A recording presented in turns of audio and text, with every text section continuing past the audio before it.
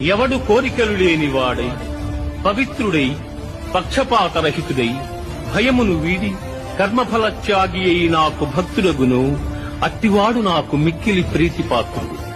శత్రుమిత్రుల యందును మానావమానముల యందును శీతోష్ణ సుఖదుఃఖాదుల యందును సమబుద్ధి గలిగి సంగరహితుడై నిత్య సంతుష్టుడై చెలించని మనస్సు గలవాడై నాయందు భక్తి ప్రపత్తుల చూపు మానవుడు నాకు ప్రీతిపాత్రుడు.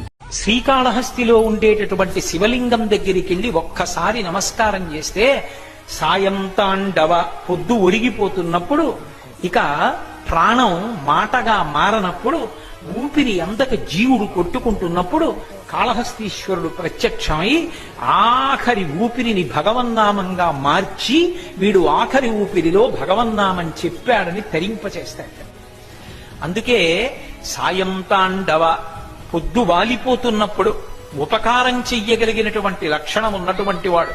అందుకే ధరించడం అనే దానికి అంత తేలిక మార్గాలు కల్పించిన వాడు పరమేశ్వరుడు.